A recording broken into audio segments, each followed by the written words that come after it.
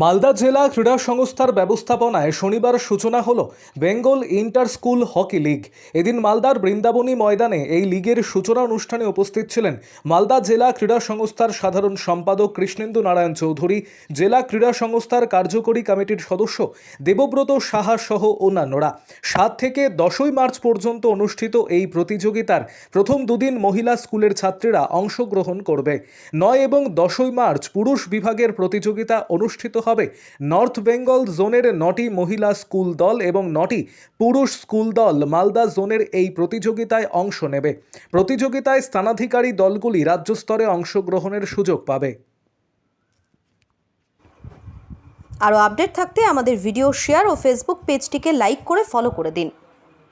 March মাসে, তার মানে 1 মাসও হয়নি, এর মধ্যে 3টে খেলা হকি হয়ে গেল। বেঙ্গল অলিম্পিক, তারপরে ডিসেম্বরে 16, 17, 18 খেলা হলো। কিন্তু আমাদের মাননীয় শ্রীকৃষ্ণ সরোজবাবু, ডক্টর সরোজ কুমার বাসু ঐকান্তিক প্রচলন করাচ্ছে।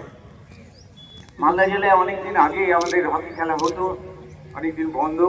আমাদের সম্মানীয় অতিথিবর্গ আস্তে আস্তে আসন গ্রহণ করার জন্য সম্মানীয়। চলো চলো চলো চলো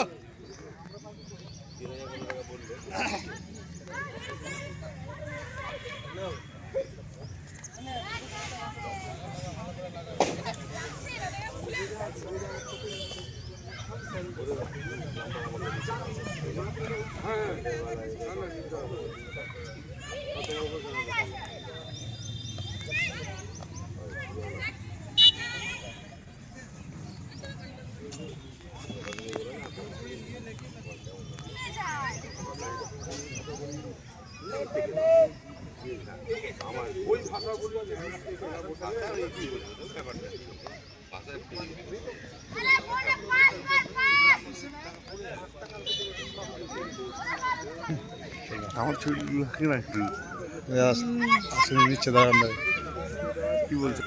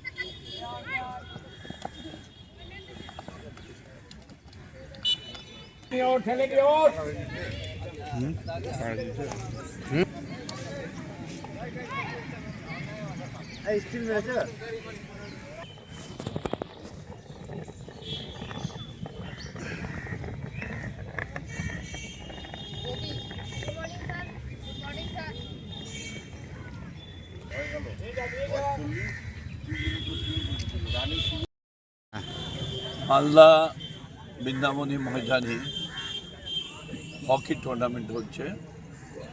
গার্লসের 9টা গ্রুপ এবং বয়েজের 9টা গ্রুপ এখানে খেলা হবে। বেঙ্গল হকি অ্যাসোসিয়েশনের অর্গানাইজ করছে, মালদা ডিএসএ তাকে সহযোগিতা করছে। হকি খেলাটা প্রায় উঠেই গেছিলো আমাদের মালদা থেকে, আবার নতুন করে এটা চালু করেছে। আমাদের আজকে যে খেলা হচ্ছে এখানে একটা মালদার টিম আছে, আমরা খুশি। এরা অনেক উৎসাহ নিয়ে খেলাধুলা করছে। মানে এই প্রথম হচ্ছে নাকি হকি স্কুল ইন্টার স্কুল? হ্যাঁ, এই প্রথম হচ্ছে। তার আগে অলিম্পিকও হয়েছিল মালদাতে, বছর খানিক আগে।